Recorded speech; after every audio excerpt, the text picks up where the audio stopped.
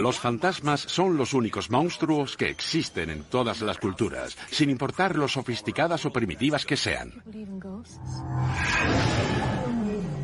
Poltergeist es la película de casas encantadas más elaborada, más profunda y más divertida que se haya hecho jamás. El Resplandor es sin duda la historia de fantasmas por excelencia. Se me hizo un nudo en el estómago con la actuación de Jack Nicholson.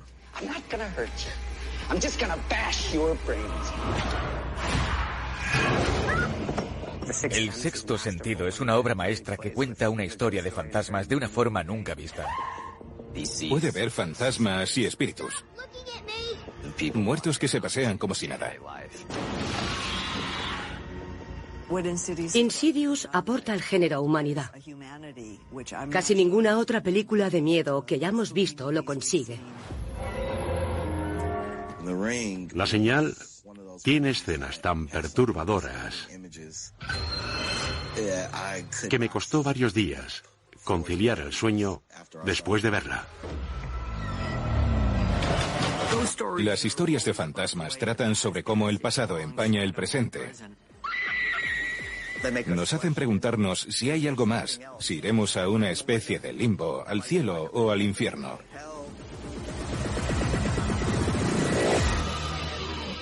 Se me pone el vello de punta al hablar de esto.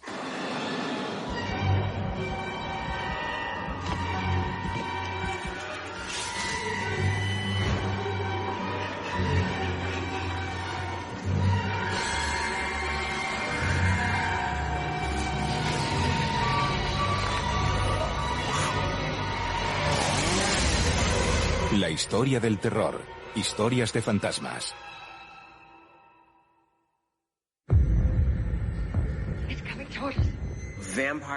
Vampiros, hombres lobo, zombies... Nadie cree que sean reales. Pero si preguntas a la mayoría por los fantasmas, te dirán que están seguros de que han visto a alguno. Que existen, que los han sentido o que hay casas encantadas. Por eso, el subgénero de los fantasmas nunca pasa de moda. Estas películas llevan con nosotros desde que se inventó el cine. La primera película de miedo, La Mansión del Diablo, de 1896, era de fantasmas. Pero hasta la década de los 80 apenas se veían espíritus en pantalla. Y si los había, no eran muy convincentes. Todo eso cambió con Poltergeist. Poltergeist fue de las primeras pelis de miedo que vi de pequeña. Me aterrorizó en su momento. Y a día de hoy me siguen dando miedo los fantasmas. La vi de niño. Me conmovió la historia, la magia detrás de la incertidumbre, el más allá y los espíritus. Poltergeist es una peli sobre una casa encantada de las afueras, el lugar menos terrorífico del mundo. Es una familia que vive en una casa del Valle de San Fernando plagada de espíritus, porque se construyó sobre un cementerio que ahora se está rebelando contra ellos.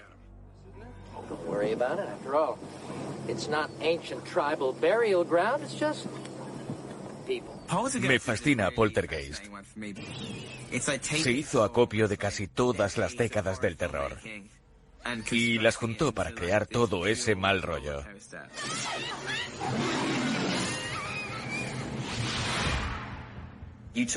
El director de La Masacre de Texas, Tobe Hooper, y Steven Spielberg, director de Tiburón o En busca del arca perdida, provocaron mi peor recuerdo de la infancia. Esa película. Steven siempre aporta entusiasmo y energía al proyecto. Toby aporta la lógica y el aspecto final de la película. Lo que les ocurre es Toby en estado puro, pero la familia no puede ser más del estilo Spielberg. Lo importante era que la familia fuera dinámica, que hubiera coherencia y que todo fuera fácil de digerir hasta que la cosa se puso seria. Es una película que retrata la inmensa culpabilidad y la vergüenza que sentimos por dejar a nuestros hijos delante de una tele que nos hace las veces de canguro. Sabemos que no está bien y aún así lo permitimos. La escena en la que la niña está sentada delante de la tele y sale una mano para asustarla es una metáfora clara de que es posible que estemos sacrificando a nuestros hijos delante de la caja tonta. Creo que lo predijeron Steven y sus colaboradores. En Poltergeist es verdad. La televisión nos atrapa.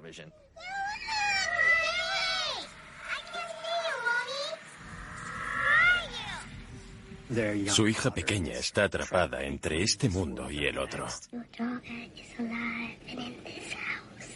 En el transcurso de la película, la madre va hasta el mismo infierno para rescatar a su hija.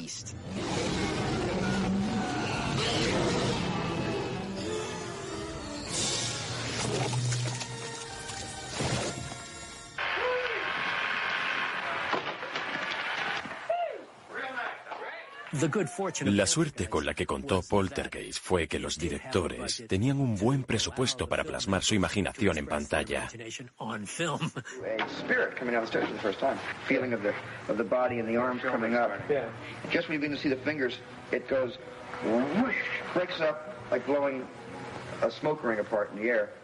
Todo lo que Toby y Steven imaginaran que debía estar en la película aparece.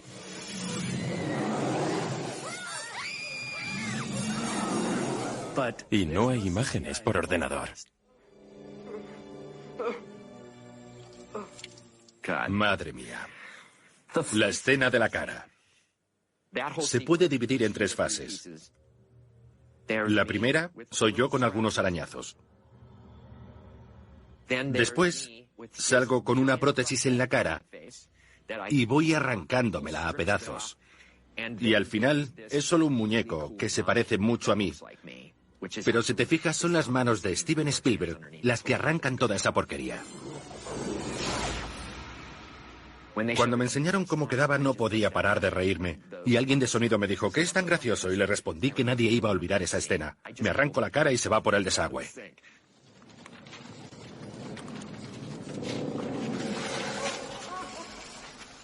Hay muchísimos efectos.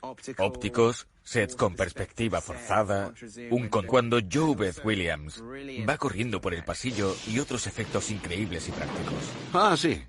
El dichoso árbol.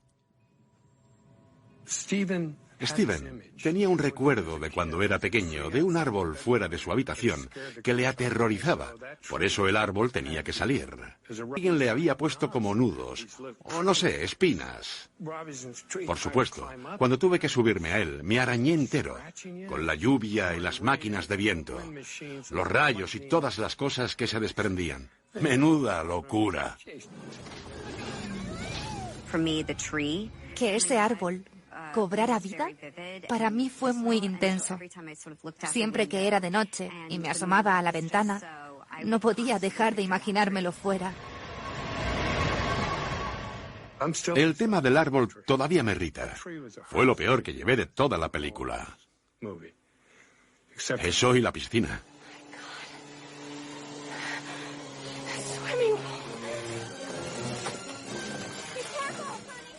Craig Reich, el encargado de atrezzo, la llenó de esqueletos.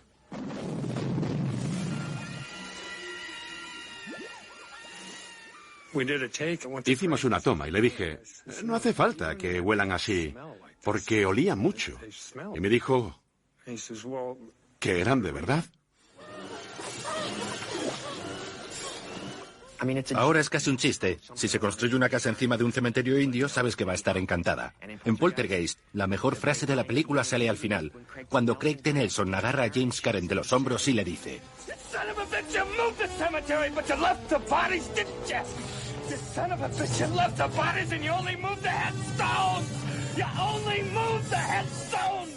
Creo que eso dice mucho de Estados Unidos. Movimos las lápidas, pero seguimos teniendo los cuerpos. El recuerdo de Poltergeist reside en la saga Insidious.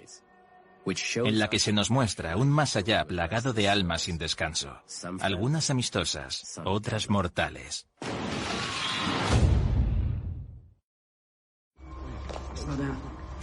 Insidious, de James Wan, es la historia de fantasmas del siglo XXI. Tiene sobresaltos, suspense y nuevas emociones para un público que cree haberlo visto todo.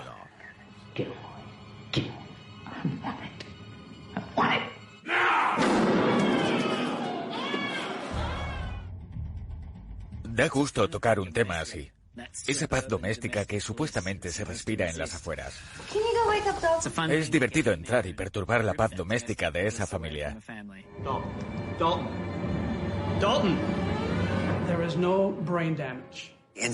Insidious trata de un padre y una madre que pierden a su hijo en el más allá. What does that mean? The further is a world far beyond our own, is a dark realm filled with the tortured souls of the dead. A place not meant for the living. Y todos esos fantasmas que frecuentan la casa de esta familia intentan entrar en el cuerpo de su hijo, un recipiente vacío. Por lo que harán todo lo que esté a su alcance para recuperar a su hijo. Trata sobre lo que harían unos padres al perder a su hijo o si éste enfermara.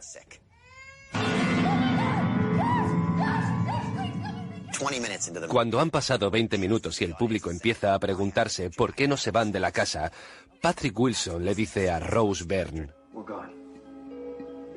y se mudan. Pero lo paranormal los sigue a la nueva casa. It's not the house that's haunted. It's your son. Así que da igual a dónde vayan, estas cosas les seguirán a todas partes.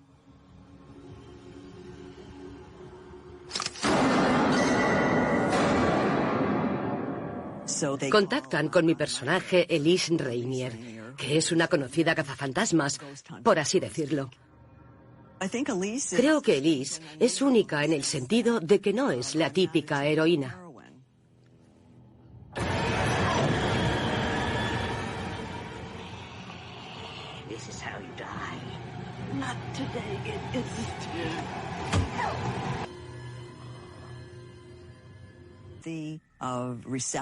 Elise es muy sensible, es sensible a estas energías.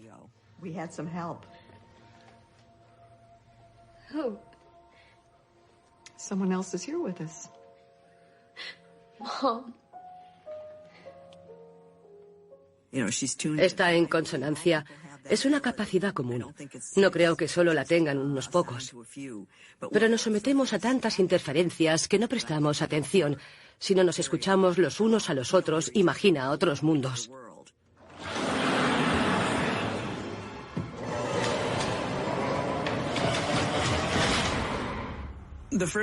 La música de la primera Insidious fue estupenda, porque en general se grabó de una manera muy pura y natural.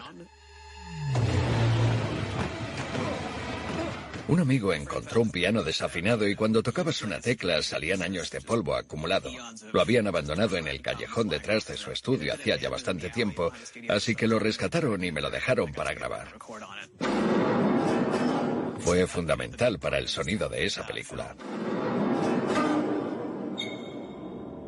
Nos alegramos mucho cuando Insidious tuvo tanto éxito y la gente la acogió también. La muerte es algo inevitable, a todos nos llega la hora. Yo creo que en las pelis de fantasmas apelan a la necesidad humana por responder a la pregunta de si habrá vida después de la muerte. Sabemos muy poco sobre el mundo de los espíritus, creamos o no en él. Tiendo a creer en todo porque creo que sabemos poco sobre muchas cosas.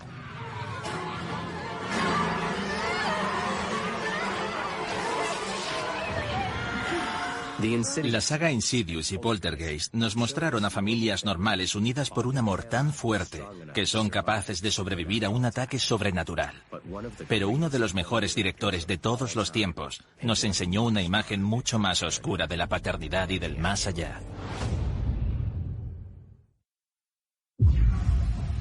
Las casas encantadas son un clásico en el cine de terror.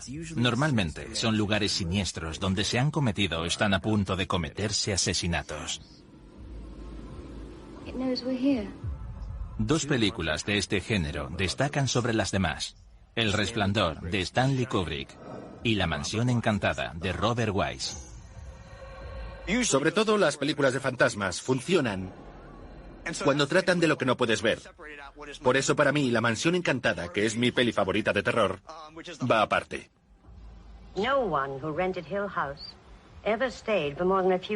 Es la mejor película de terror del mundo.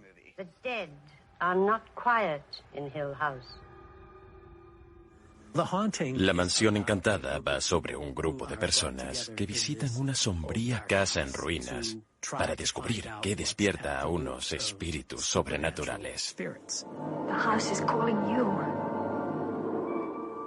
También cuenta la historia de una mujer que tuvo una relación complicada con su madre y huye de esa experiencia.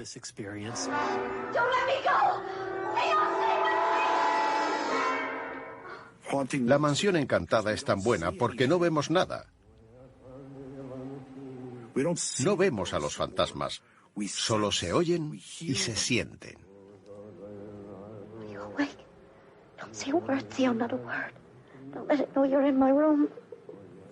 Nuestra mente tiene libertad absoluta para recorrer la casa. Da tanto miedo gracias a que Wise se centra en los rostros de los personajes. Porque es lo que te hace saber cómo se sienten, no los fantasmas. La primera película que me dio miedo hasta el punto de casi no poder mirar fue La Mansión Encantada. Tenía unos 11 años y nunca había visto nada parecido a Cuando llaman a la puerta. La puerta, como se dilata. Luego ella sube por unas escaleras en espiral muy poco estables. Y cuando se abre la puerta y sale la mujer del profesor, hace como...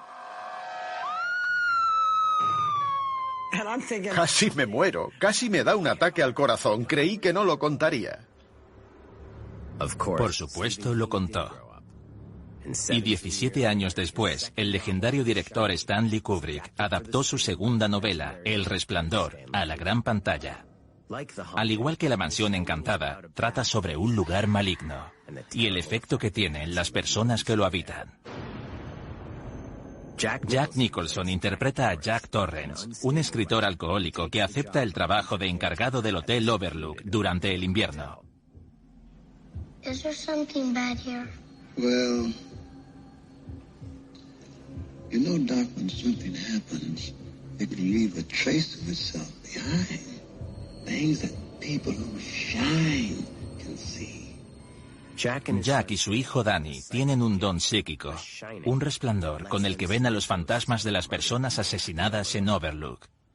Esos fantasmas aterrorizan a Danny, mientras que vuelven loco a Jack. Jack Torrance es alcohólico. No sabe controlarse.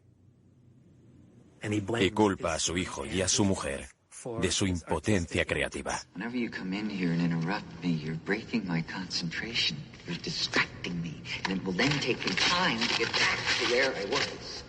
Ese hotel tiene algo que ansía que las personas que allí se hospedan se asesinen entre ellas.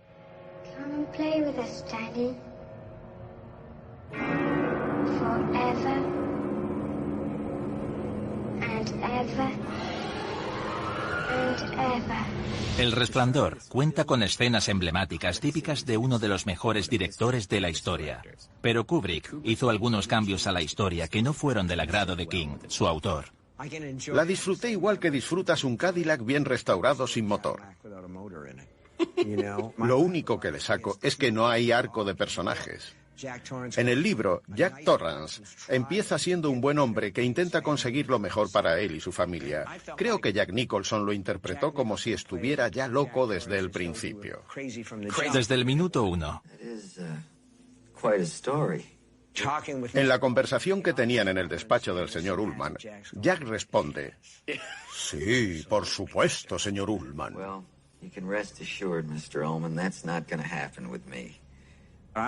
También creo que Kubrick cogió una novela potente, de terror y de suspense, y la convirtió en una peli de culto. Kubrick quería hacer lo contrario a una película de terror. Quería ir a contracorriente de los temas recurrentes del género. ¿Crees que sabes cómo se hace una peli de miedo? Te voy a enseñar cómo la hago yo. Algo que juega a la contra de la convención en El Resplandor es la claridad de la luz. Y siempre con planos amplios, porque no hace el clásico terror de gente que sale de la nada y te apuñala y cosas así. Es más psicológico. Por eso funciona en su obra. Da más mal rollo. Gran parte de la película depende de la perspectiva de los diferentes personajes. Para Danny ocurre una cosa, para el personaje de Jack Nicholson es una amenaza invisible que se apodera de él. Y para Shelley Duvall, que le dan miedo las historias de fantasmas, todo toma una forma horripilante. Todo es subjetivo, lo que hace que dé aún más miedo. La familia es un gran apoyo para contar historias de terror, porque es algo íntimo. La tenemos muy cerca y puede ser peligrosa si tu familia no es la correcta. El Hotel Overlook y esta familia traumatizada hacen muy buena pareja. Es el lugar perfecto para que todo se desmorone. Suele ser el caso en las películas de fantasmas y casas encantadas. Las personas con traumas van allí por un motivo u otro y la casa lo recibe con gusto. Son personas predispuestas a verse afectadas por la tácita oscuridad. El niño de El Resplandor veía los espíritus malvados de los muertos. 2 décadas después, El Sexto Sentido cuenta la historia de otro niño atormentado. Esta vez por fantasmas que buscan ayuda desesperadamente.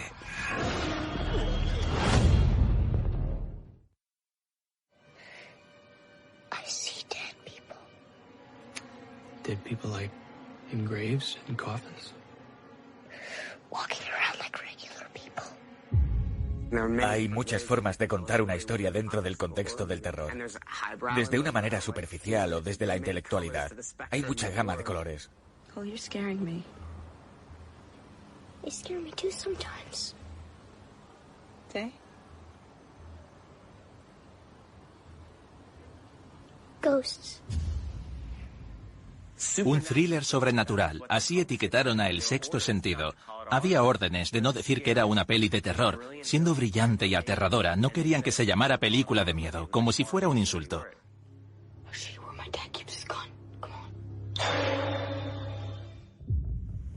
Cole Sear es un chico de 8 años que vive en Filadelfia con su madre soltera. Hay problemas y asuntos que le perturban, y se topa con un psicólogo infantil. Think about what you want to get out of our time together. What our goals should be. Instead of something I want, can it be something I don't want? Y él intenta tratar a Cole, intenta ayudarle, y acaba descubriendo que Cole ve fantasmas y espíritus que se pasean como si nada, y que incluso van a su casa. Mama? No. Dinner is not ready. Lo mejor es que cuando alguien como Night Shyamalan hace algo como El Sexto Sentido, tiene la seguridad de pararlo todo y hacerlo íntimo, centrarse en las actuaciones y que compre rápidamente la premisa. El Sexto Sentido es conmovedora. El propósito de todos los fantasmas era resolver sus asuntos humanos, lo que da más miedo que un simple espíritu. También tenía grandes actores. Bruce Willis estaba increíble, diferente a lo que nos tenía acostumbrados.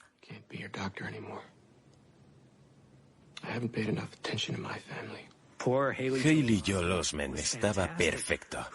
Su cara rebosaba expresión, dolor y soledad. Tanto que parecía que tenía 40 años en vez de 10. Believe me, right? En esa película, Haley Joel Osment está sobresaliente. Y te atrapa tanto él como actor que no puedes evitar sentir pena por los difuntos a través de sus ojos.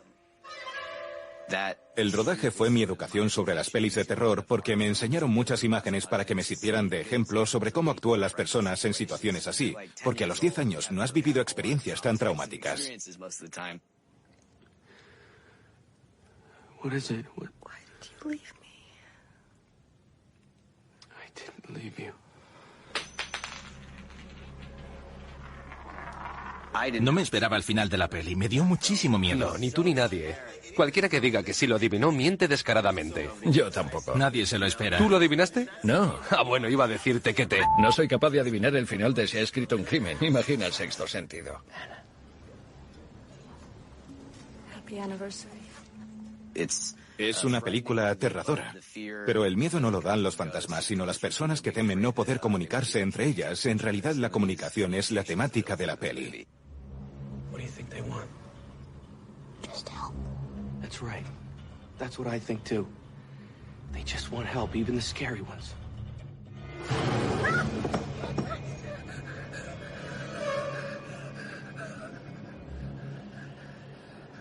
What? Lo que al final libera a Cole de su situación es darse cuenta de que debe ser un puente entre los que quieren comunicarse con los vivos. Grandma says hi. Y aunque Night nos pega algunos sustos y crea unas circunstancias que nos dan verdadero pavor, creo que la peli no envejece porque todos nos podemos identificar con ese deseo de decir cosas que nunca pudimos a nuestros seres queridos. She said you came to the place where they buried her. Asked her a question. She said the answer is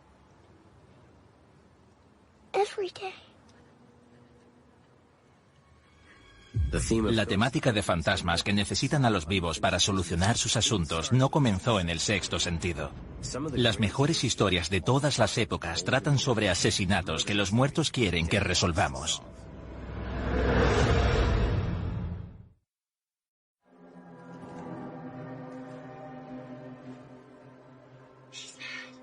Los fantasmas dan miedo, pero en algunas obras los espíritus no quieren atormentar a los vivos. Son víctimas de horribles crímenes y buscan justicia. Quizás la mejor película de misterio de todos los tiempos sea Al final de la escalera. No es tan famosa como El Resplandor o Poltergeist, aunque debería. Al final de la escalera es uno de los mejores largometrajes americanos de fantasmas. Es muy impactante y George C. Scott está genial. George C. Scott es un compositor que lidia con la muerte de su hija y su mujer en un accidente de tráfico. Acaba mudándose a una enorme mansión destartalada que lleva años vacía. Intenta deshacerse de los recuerdos de su hija. Y durante su estancia, nota que algo intenta comunicarse con él. Al principio son cosas sutiles, como una tecla del piano que suena sola. Pero luego pasan a ser unos estruendosos golpes. Y así se da cuenta de que hay algo en la casa que quiere contactar con él. Al final de la escalera es muy real. Por eso me gusta tanto. Por cómo gestiona lo paranormal de una forma tan sencilla y eficaz.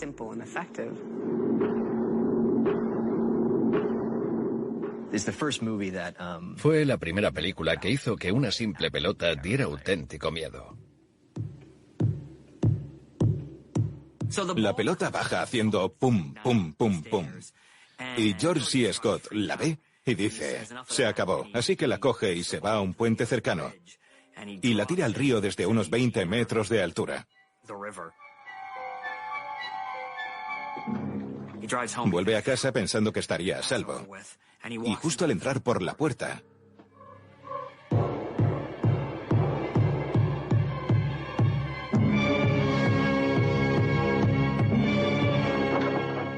se me pone la piel de gallina. Me encanta. Es el fantasma de un niño que fue asesinado en la casa.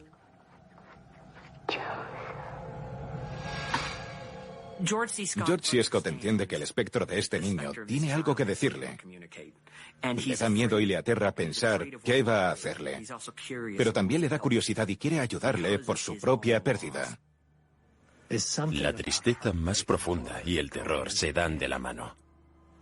Cuando pierdes a un hijo, es algo tan intenso y doloroso que o bien hace que te cierres por completo o que te abras a otras experiencias. What is it doing? Why is it trying to reach me? John. Is it because of my daughter? I can't go through all this again. Muchas películas de fantasmas tratan del sentimiento de la pérdida. Intentan darle sentido a la muerte de los seres queridos y su significado. ¿Qué pasará cuando ya no estemos?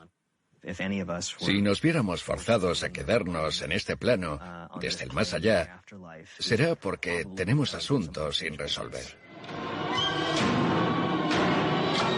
En el final de la escalera fue la primera vez que me expuse a la idea de que los fantasmas no quieren a los vivos como en El Resplandor, sino que buscan ayuda. Necesitan a alguien del plano de los mortales que les ayude.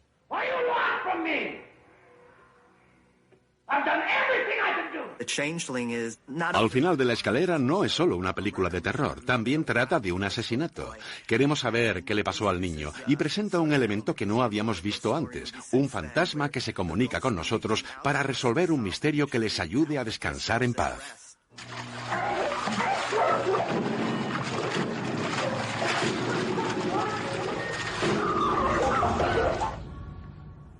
Es algo recurrente en las películas de Guillermo del Toro. En ellas sentimos el dolor de los espíritus. A diferencia de Al final de la escalera y otras pelis similares, Del Toro nos deja ver a los fantasmas. El niño asesinado en El Espinazo del Diablo es uno de los personajes más impactantes del cine. Guillermo tiene un don visual.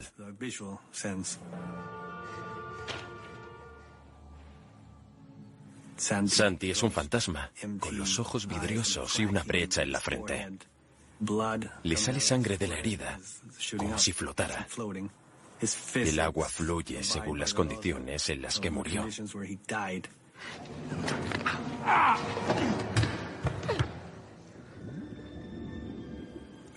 Porque fue ahogado.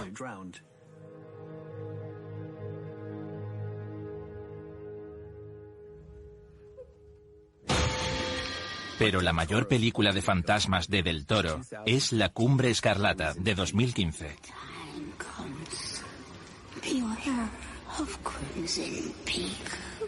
Se sirvió de la mezcla de efectos reales con imágenes por ordenador para llevar el terror gótico a un nivel artístico y visual nunca visto.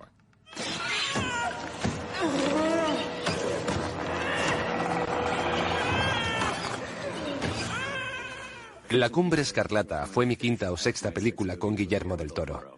Cuando me llama y me dice que quiere que salga en su película, no le hago preguntas, solo acepto y ya me enteraré de qué se trata, porque confío mucho en él. Y cuando me dijo que haría 2 de sus 5 mujeres fantasmas en pantalla, le dije, ¿perdona, qué? La Cumbre Escarlata trata de una mujer que ha perdido a su padre. Edith conoce a un caballero que le ofrece una vida mejor si se muda con él a Inglaterra. Y con ella se van su dote y su herencia.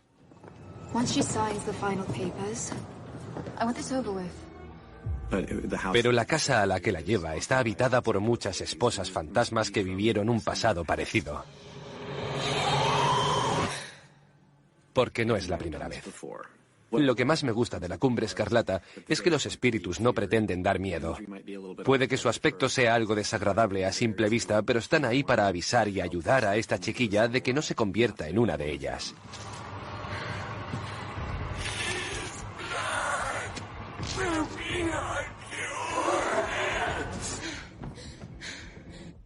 Las historias de fantasmas tratan sobre cómo el pasado empaña el presente.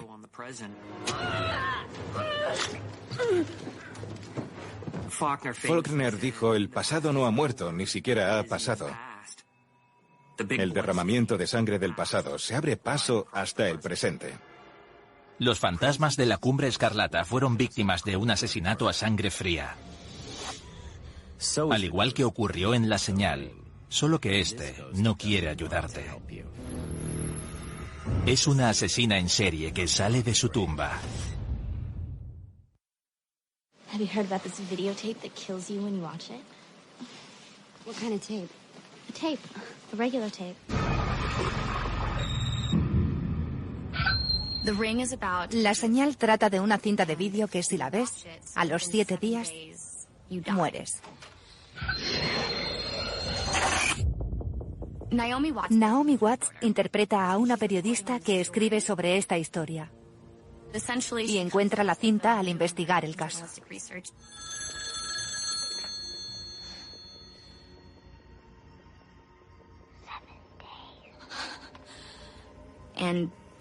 Se la lleva a casa y su hijo la ve.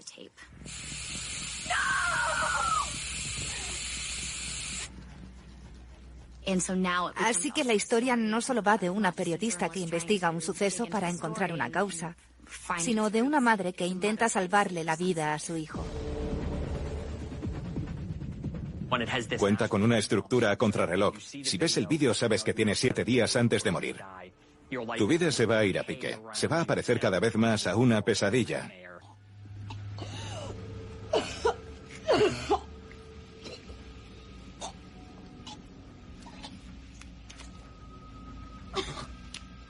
Y no hay nada que puedas hacer para evitarlo. But I do, and I'm sorry. Y a medida que el personaje de Naomi Watts recaba información, vemos que lo que nos debería preocupar es una niña. Es la que te perseguirá y al final vendrá a por ti.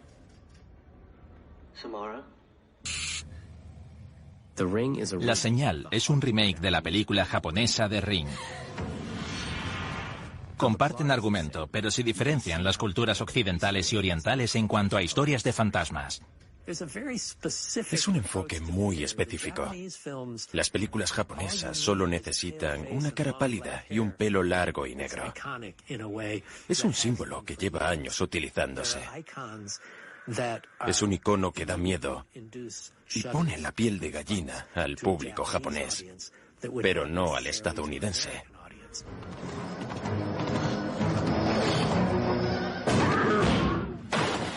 La señal americana se hizo con $240 millones, dando pie a una oleada de remakes de películas japonesas.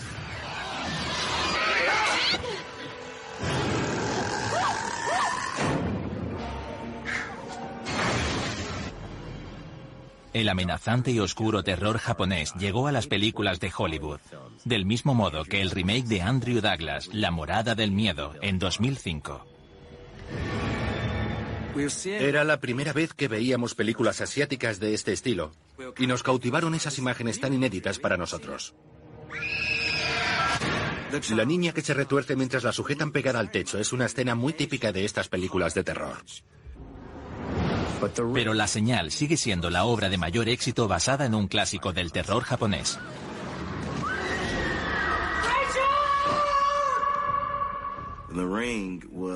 La señal tiene escenas tan perturbadoras que me costó varios días conciliar el sueño después de verla. Me gustaba ver la tele y siempre que salía el ruido blanco en la pantalla me moría de miedo. Esas imágenes han supuesto un antes y un después. Yo creo que hasta el día de hoy me seguirán acompañando. Apela al miedo de nuestra propia mortalidad, de que nos den un diagnóstico que diga que nos queda X tiempo, y a no poder echar el freno y pedir quedarnos un poco más. Los fantasmas son diferentes según las culturas y las religiones. Algunos son benevolentes y otros malvados. Pero siempre existe esa lucha, porque cuando alguien se muere, ¿a dónde va? Tengo una amiga que dice que la gente no se muere, que se van de vacaciones. Y si le preguntas, ¿dónde está Larry? Te dirá que en Río de Janeiro, tomando el sol, porque un día están aquí y al día siguiente no. Por eso tenemos ceremonias, funerales y rituales, para ayudarnos a lidiar con ese dolor. Y parte de ese dolor se basa en no saber a dónde van. El cine también ayuda, es terapéutico, habla sobre ese destino.